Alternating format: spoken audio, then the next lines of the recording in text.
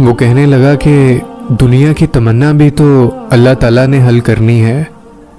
میں نے جواب دیا کہ دنیا کی تمنا رکھو اور پوری کرو، ایسی تمنا جس کا علاج دنیا میں تمہاری محنت کے بغیر ہے، وہ دعا میں شامل کر لو، اسی لیے کہ محنت سے وہ کام حل نہیں ہو سکتا۔ مثلاً کسی کے ہاں بیٹیاں پیدا ہو رہی ہیں اور بیٹا پیدا نہیں ہوتا، تو یہاں محنت کام نہیں آئے گی، اس کو دعا میں رکھ لو۔ یہاں محنت کارگر نہیں ہوتی۔ وہ کوششیں یا خواہشیں جن کا تعلق محنت سے نہیں ہے، جن کا تعلق اس نظام سے نہیں ہے، ان کا تعلق دعا کے ساتھ ہے، اور ان کے لیے دعا کرو۔ ذکر کا مطلب یہ ہوتا ہے کہ محبت، اللہ کی محبت اور صرف اللہ کی محبت، اور محبت جس ذات سے کرتے ہو اس سے دنیا کا سوال نہ کرو، کیونکہ وہ کارساز ہے اور پہلے ہی پوری کر رہا ہے۔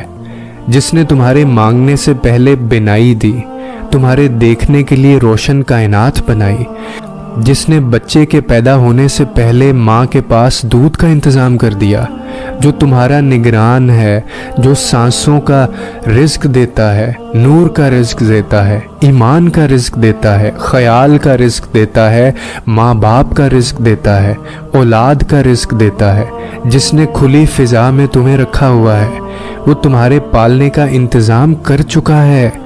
میں یہ اطلاع دے رہا ہوں، تم اپنا انتظام نہیں کر رہے ہو، وہ خود ہی کر چکا ہے، بس تم اپنے آپ کو اس کے حوالے کر دو اور اس کی محبت میں چل پڑو۔ یہ نہیں ہو سکتا کہ تم اس کے ساتھ محبت کرو اور وہ تمہارے کام نہ کرے، کام تو خود بخود ہو جائیں گے۔ اسی لیے دین کے اندر اللہ تعالیٰ کے پاس جا کر یہ سوال نہ کرنا پڑ جائے کہ میرے 2-4 دنیاوی کام کرتے ہیں۔ میں آپ کو یہ بتا رہا ہوں کہ اللہ سے محبت کرنے والے ایسے لوگ تھے کہ جو غریب تھے اور اللہ کے قریب تھے۔ انہوں نے یہ دعا نہیں کی کہ یا اللہ ہمیں پیسہ دے، وہ بڑے مقربین تھے۔ کیا آپ لوگ ایسا تصور کر سکتے ہو کہ حضرت امام اعلیٰ مقام حسین علیہ السلام کی کوئی دعا منظور نہ ہو؟ یہ آپ نہیں مان سکتے۔ کیا انہوں نے کربلا کو ٹالنے کی دعا کی ہوگی؟ یہ راز ہے۔ آپ علیہ السلام کے نام سے دعا منظور ہوتی ہے۔ کیا آپ علیہ السلام نے یہ دعا کی ہوگی کہ یا اللہ میرے سر سے کربلا ٹال دے؟ کیا کسی شہید ہونے والے نے یہ دعا کی ہے کہ یا اللہ میرے سر سے شہادت ٹال دے؟ کیا کسی غریب مقرب نے یہ دعا کی ہوگی کہ یا اللہ غریبی ٹال دے؟ کیا پیغمبر نے دعا کی ہوگی کہ مجھے وادی طائف سے نہ گزار؟ یہی تو تسلیم و رضا کی کہانی ہے۔ تسلیم کسے کہتے ہیں؟ کہ جو تیری طرف آ رہا ہے اسے قبول کرنے کی صلاحیت دے، اسے بدلنے کی توفیق نہ مانگنا کہ اللہ اسے بدل دے۔ پھر تو تم اپنی مرضی سے چل رہے ہو نا۔ اللہ تعالیٰ جو عطا فرما رہا ہے اس میں راضی رہنے کی توفیق مانگا کرو کہ یا اللہ جو تیری طرف سے آ رہا ہے اس پر راضی رہنے کی توفیق عطا فرما مجھے۔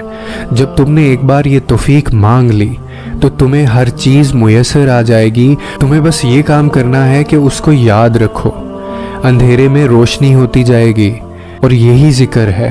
اور فکر یہ ہے کہ اس کی یاد میں گم ہونا، اور ذکر کیا ہے کہ اس کو پکارتے رہنا۔ تو کبھی پکار لیا کرو اور کبھی اس کی یاد میں گم ہو جایا کرو، پھر فکر اور ذکر دونوں چلیں گے۔